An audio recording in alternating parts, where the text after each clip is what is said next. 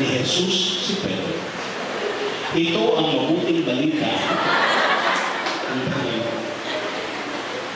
Kasi si Pedro ambitious din. Nung nakita niya naglalakad sa tubig ang Panginoon, ano sabi niya? He wanted to go down in history as the very first apostle who walked on the water. Right?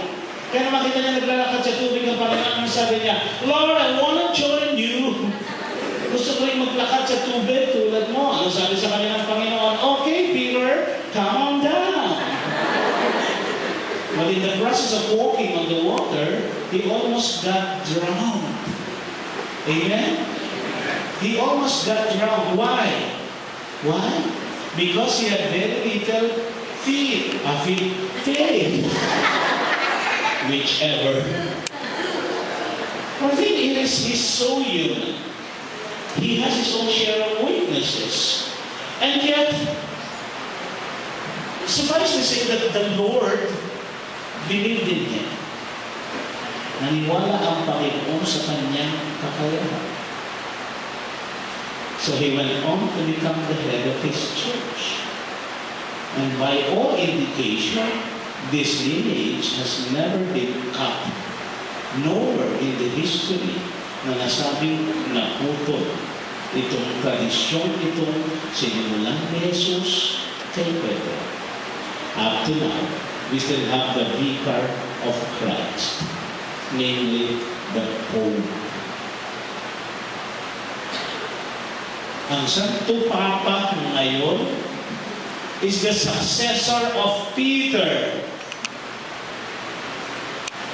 At tayo ay pinamamahalaan, ginagabayan, pinapasto ng simbahang ito, ng pinunong ito na kumikilos sa pamamagitan ng mga obispo, ng mga arsobispo, na kumikilos sa pamamagitan ng mga pari. Kaya nga, humanly speaking, Peter was weak. I would say that kung mga pari ay mahina. May sarili rin kaming kahinaan. May sarili rin kaming kapintasan. Walang perfectong pari. Pero sorry, kasi bawat pari sa banal na misa becomes another Christ. An outer Christus. Kahit sino pa yung pari. Kahit ano pa estilo ng pari. Kahit ano pa yung diction ng pari. Meron ang minisa na dito yung pari. Dito siya masalita. English mo. Lord have mercy. Sagot ng tao, Lord have mercy. Lord have mercy. Lord have mercy. Lord have mercy. Lord have mercy. Mga mga pinagsasabi nila. Meron pa pali sa UST. Take this, all of you, and etet. Ang ngayon, etet pa rin siya. Etet na talaga. Yung isang pare, pagdating ng consecration, kinuha niya ang tinapay. Hinati iyon, ibinigay sa kanyang mga alagad at sinabi, pangkatin niya. Sinasaliban. Nag-iiba. Naalala niyo yung kwento ko tungkol doon sa isang pare, bulol, pero naging pare. Pag bumati siya, tumain niyo, pamandoon, yung parishioners automatic, at tumain niyo din. Dahil parang din siya. Nung minsan, nag-sermon siya, sabi niya, ang tabi ni Heto, ako ang puno ng ubat, kayo ang mga tanga. Ako ang puno ng ubat, pero ang mga tanga. But this is one thing that we celebrate, like given all these witnesses, given this all these limitations. Ikaw paano ka walang emosyon? You know, bigay mo lahat ng mga ito, mga kahilaang ito, mga pagkukulang na ito. Ang Diyos ang pumili sa amin. Ang Espiritu ang naghirang at hindi mo yun mababago. Kaya hindi naman si Pedro, in spite of his unworthiness, the Lord chose him. The Lord worked in him. the Spirit used him. You know, we need to have this same generosity to the Spirit. We allow the Spirit to move in us, to use us, to make use of us, in spite of our weaknesses, in spite of our unworthiness. So we thank Tita Jo for the gift of her presence also. Si Tita Jo ay seminarista pa ako, ay wala nagsawang ipinagluluto ako. Oo, kung paano sabihin ko sa kanya gusto kong kakainin, niluluto niya yung seminarian pa. At he was like a mother to me. In the same way that Tito Nard is like a father to me. Si Ferdy rin, he's like a father to me. Sabi ko nga sa kanya, inatan niya ang health niya. Kasi pag 49 ang tao, very crucial yan. Very crucial yung ano na yan, yung age na yan, 49. Kaya sabi ko kay Daddy Ferdy, magkabatch po kami. Oo, sabi ko, mag-graduate ng grade 6. Hindi ba niya pinapansin nung mga babae ito? Iba pa nga niligaw dito ng siya. Grade 6 kami may nalilig ko dito. Salamat ka nalibutan ko. Actually, naalala ko yan ang ayaw ko sabihin. Naalala mo? Hindi mo alam na class ka niya. May sama sa iba. Hayaan mo na. Kasama na rin yun. Ito, paano bata ito? Supla-suplada. Hindi mo malalapitan. Ang dami kasi gusto manligaw. Di ba? Pray over lang pala katapat. Na-slain in the spirit. Pag-gising niya, magsyota na sila.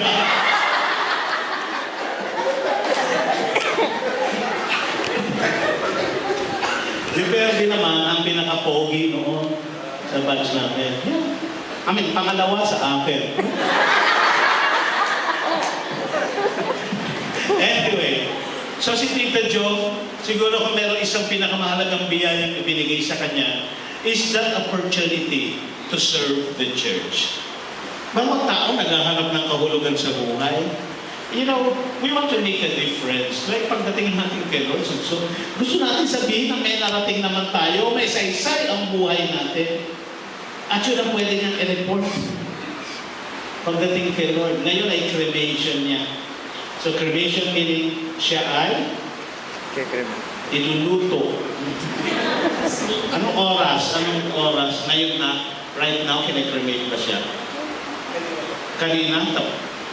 Anong oras yun? Kasi kanina... Hapon daw, hapon. Kaninang hapon. Nung hapon sa kaninang hapon, gabi yun sa kanila. So, nung hapon sa kanila, kahapon. O kanina pa. O, tama, kanina. Nung hapon sa kanila. Okay. So, kinrelate na siya. Meaningful din ang cremation. Makikita mo, wala't-wala ka. Galing ka sa abo ka lang pag namatay ka. Dapat dati nanay ko, i-cremate ko nung mamatay siya sa Europa. So si nanay ko namatay sa Europe. Nakikita mo siya hanggang ngayon? Nakikita mo sa dulce. Okay. Kala ko ba ngayon nakikita mo nanay ko? Anyway, kung saan talaga nagpapakita yun. Anyway, si nanay ko noon, alam mo yung mamatay siya, dala kong pera, pagbigil lang ng estampita. Saka ng rosaryo, biglang namatay na, patay, magkano ang pag-uwi ng patay? Patay. So, iniisip ko yun. Sabi ko, i-cremate ko ang nanay ko. Abo na lang, iuwi ko, hand carry. Hand carry ka, di ba? Ang hirap naman i-hand carry ng bangkay.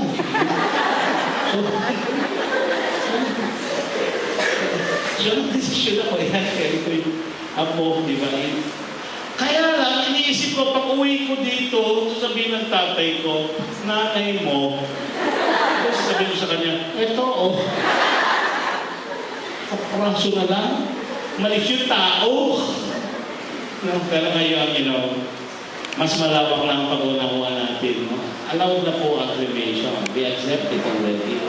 And you eliminate maybe 70% of the pain of the mourning. Alam mo ba kung gano'ng kahirap maglibing ng katawan? Papasok mo doon, iniisip mo na doon siya, iniiwan nyo sa libingan. Mahirap yun, emotionally. Masakit yun. Di ba? Kaya nga umiiyak ang tao eh. Pero pag na-cremate na siya, alam mo, abo, wala kang nakitang paglilibing, walang pag-iiwan. Although ang abo, nililibing din. Hindi pwede ang abo nasa bahay. Hindi. Ililibing din po. They don't belong to us. It should be, in a holy place. The cemetery is a holy place. So, ililibing din yun. Kahit pa abo siya, ililibing din yun. Sa pelikula, sinasabog sa beach, sa dagat. Sa pelikula lang yun. Pero yun, ililibing mo. Anyway, so, pinagpapasalamat natin na si Tita Jo, magkamukha sila. Mas maliit lang ito. Ito po yung picture ni Tita Jo nung bata pa siya. Yung malaki, yun yung mas matanda na siya. Hindi nagbago po. So, meron na isang bagay na pwede niyang sabihin is, oo, hinayaan niyang siya, silang mag-asawa, ay maging bahagi ng simbahan.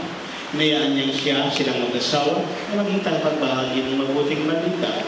Hinayaan niyang siya at silang mag-asawa ay makapagbahagi ng kanilang panahon, ng kanilang kakayahan, ng lahat-lahat na sa ipapangalan ng mabuting balita. By their fruits, you will know them. Narito ang Ama. Marami kayo at nananatili kayong nakayakap sa pananampalataya.